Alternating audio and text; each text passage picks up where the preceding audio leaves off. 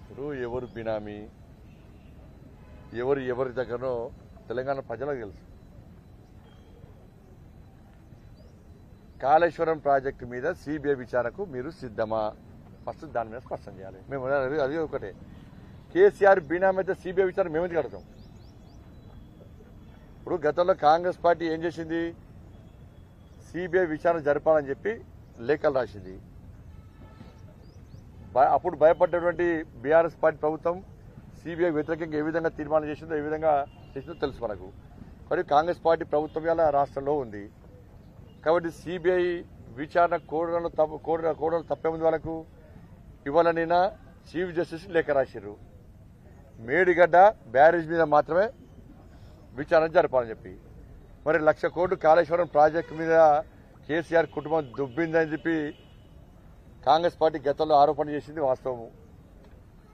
మరి పూర్తి కాళేశ్వరం ప్రాజెక్టు మీద విచారణకు కాంగ్రెస్ పార్టీ ఎందుకు చీఫ్ జస్టిస్ లేఖ రాయలేకపోయింది? ఒక మేడిగడ్డ బ్యారేజ్ మీద ఎందుకు రాస్తున్నది వాళ్ళ? మరి ద్వంద్వ విధానాలు ప్రజలు సహించరు.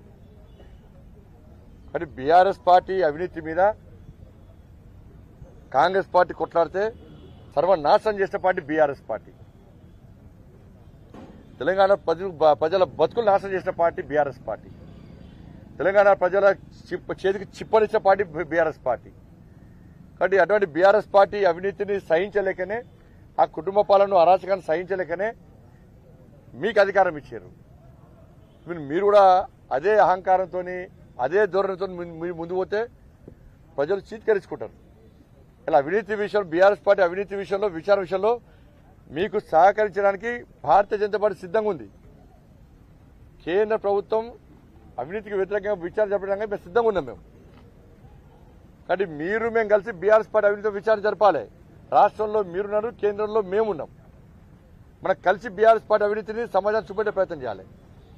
దీన్ని దృష్టి ఉంచుకొని వాళ్ళు తప్ప మీరు మా మీద విమర్శలు, మేము మీ మీద విమర్శలు చేస్తే బీఆర్ఎస్ పార్టీ తప్పించుకుంటారు. ఇవాళ ప్రజల లోపల అయోమయం సృష్టించే ప్రయత్నం బీఆర్ఎస్ పార్టీ చేస్తున్నది విమర్శలతోని.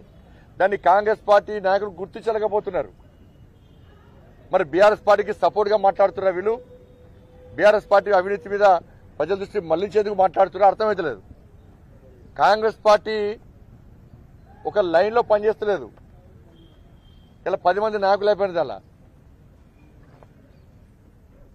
కాబట్టి మీ చిత్తశుద్ధిని ప్రజలు అర్థం చేసుకుంటారు. ఇవాళ ఒక లైన్ రండి. కేంద్రంలో బీఆర్ఎస్ పార్టీ అవినీతి మీద మేము విచారణ చేయడానికి కేంద్ర ప్రభుత్వం సిద్ధంగా ఉంది. కాబట్టి మేము కలిస్తే కదా బీఆర్ఎస్ పార్టీ అవినీతి బయటపెట్టేది. ఇవాళ మీ కాంగ్రెస్ పార్టీనే కొంతమంది ఆ విచారణ అంటారు, కొంతమంది ఈ విచారణ అంటారు, కొంతమంది కాళేశ్వరం మీద విచారణ అంటారు, కొంతమంది మేడిగడ్డ మీద విచారణ అంటారు, బ్యారేజ్ మీద విచారణ అంటారు. కానీ ద్వంద్వ విధానాలు పక్కబెట్టి మేము కలిసి బీఆర్ఎస్ పార్టీ అవినీతి మీద విచారణ జరిపి బీఆర్ఎస్ పార్టీ బండారాన్ని బయటపెడితే ప్రజలకు వాస్తవాలు చెప్పే ప్రయత్నం చేస్తే ప్రజలు హర్షిస్తారు. దాన్ని గుర్తుంచుకోవాల్సిందిగా మేము విజ్ఞప్తి చేస్తాం. నందు